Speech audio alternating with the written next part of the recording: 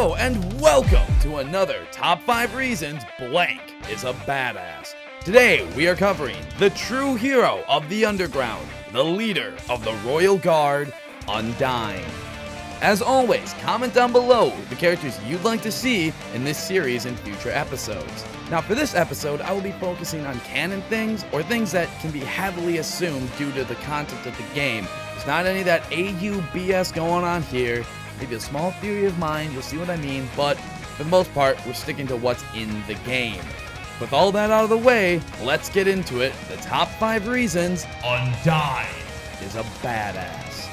Number 5. The Piano Fish. Yeah, couldn't think of a cool name for this one, so... Anyway, so this is a little theory of mine, and I usually like to stay away from stuff like that in this series, but... trust me, it works here. So, Undyne is the only character we see with a piano in her house, correct? Also, the piano we can play is in her area, and also, when we're outside her house, we hear a piano playing, and the in-game soundtrack, that song is called She's Playing Piano. So yeah, Undyne's our piano player.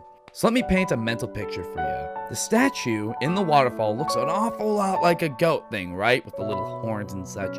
A lot of fans assume it's of the old goat boy, Azrael.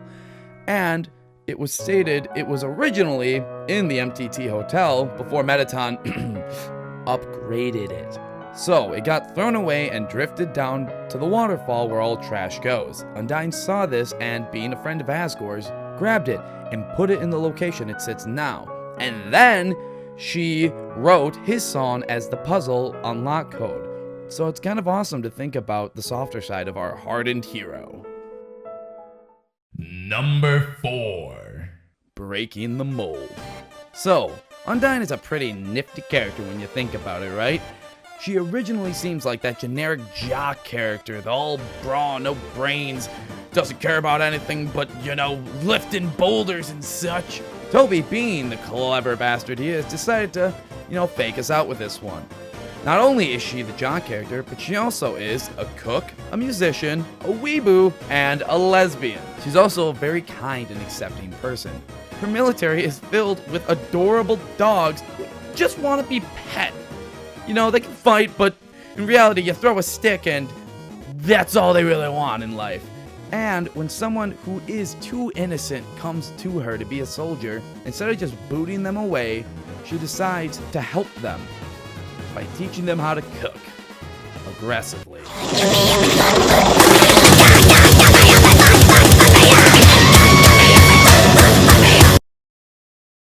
I have a soft spot for the badass character with the heart of gold cliche. So to see Undyne be that type of character, when at first it seemed she was nowhere even close to being like that, it's pretty awesome.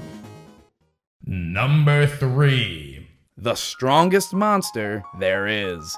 That's right, I said it. I said it, fans of Sans. Now before you all go running off to the comments, why don't you listen to my proof? So, being a huge fan of this game, I've done a lot of research for all of these videos. And something I realized is Undyne might actually be the strongest character in the game. Now, with an impressive HP stat of 23,000, only Mettaton Neo has higher. I repeat, only Mettaton Neo has higher. Not Azrael, God of Hyperdeath, and yes, Photoshop/Omega Flowey does not have an official HP stat, or at least wasn't listed on this chart, so I'm not aware if his is higher, but on the listed HPs, hers is the second highest. An attack stat of 12, her normal form and Mettaton's base form have an attack stat of 10, Azrael, Papyrus, Toriel, and a whole host of others have 8, so she has the highest attack stat, and a defense of 5, which isn't super high, but compared to Mettaton Neo, the only character who has more HP than her, he has negative 40,000 defense, so she's doing alright. A nice indication of how powerful she is the fact that she's the only character that can take more than 3 full-powered hits from the genocide version of Frisk. She takes a lot more, actually. The characters I'm referring to are Night Knight and I believe Mad Jax.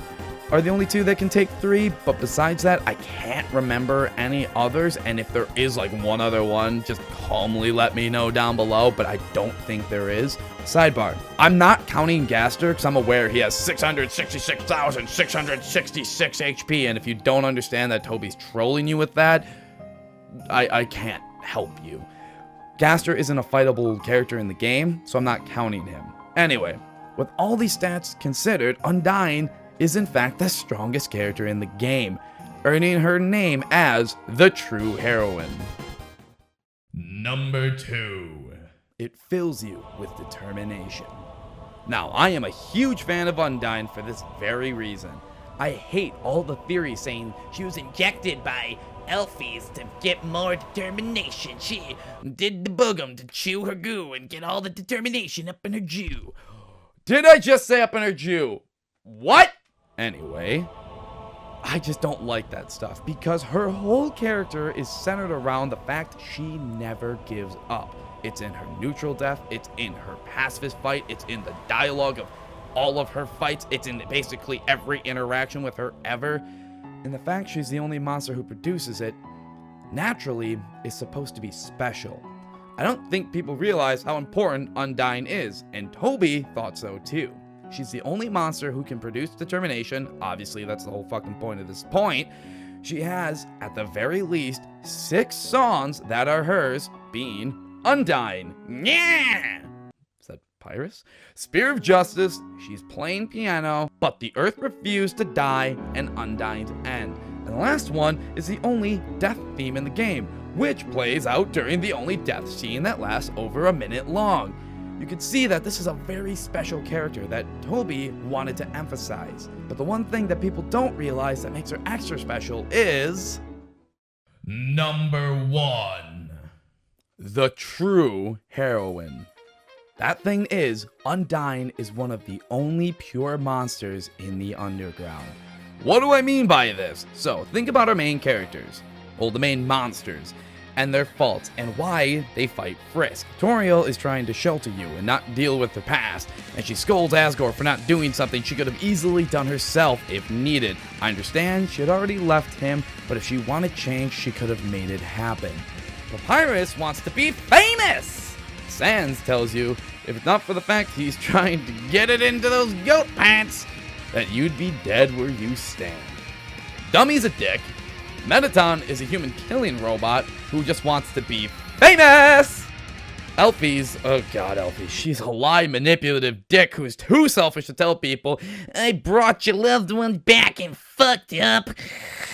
She's my least favorite character. She's the worst kind of person. She only deals with her problems when Frisk finds out. Otherwise, nope! No one knows about the true lab and their loved ones. Why do people like this character? And Flowey, well, I'd say I don't have to describe it, but everyone seems to forget that Flowey isn't Azrael until he has his soul. He's like a husk of what used to be Azrael. He's a heartless sociopath who's done the genocide route probably more times than we can count, and a bunch of neutral outs where he's killed a bunch of your favorite characters, so stop caring about the fact that he was scared of dying! Asgore is like Toriel, not dealing with his problems, and Muffet, well, as someone once explained it in a video I saw, food is basically monster's medicine. It heals you and whatever. Charges such an outlandish price for hers. Like a big corporation charging way too much for pills. Nope, that's too real. Now I'm sad. But Undying? Yeah, she seems easy. She's trying to kill a child for no reason. But here's a question, and one I want you to answer for yourself honestly.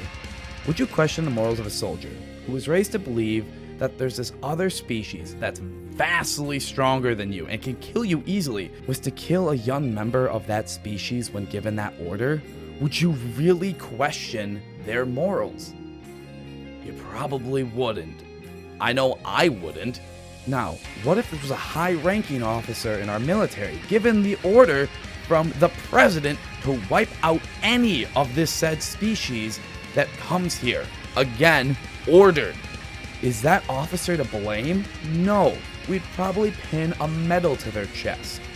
That is Undying. She is a soldier, a leader, following orders. She was raised to believe humans are bad, and she's not wrong. Plus, oh, Frisky's just a kid. Look at the damage we can do in the genocide route. You cannot say our character is just a kid when we are capable of such destruction in this world. And I know there's some people who think Undyne has killed some humans, but a line in the dialogue of her fight proves this wrong. Alfie's told me humans were determined. Undyne has never fought a human before. And hell, in the neutral and pacifist fight, she'll get mad if you don't defend herself. So she has honor and respect. She is pure. If Undertale was literally any other game, this would be the character we play as. Or the character our character is trying to become as strong as. She is the hero of monsters, an amazing role model, and is truly badass. Thanks for watching. Hey guys, gonna try to make this quick, so links down in the description for all the content creators whose content I used in this video. Liking, sharing, subscribing if you liked the video obviously helped, but I'm just glad you're here watching, honestly. So, thanks for watching, see you next time.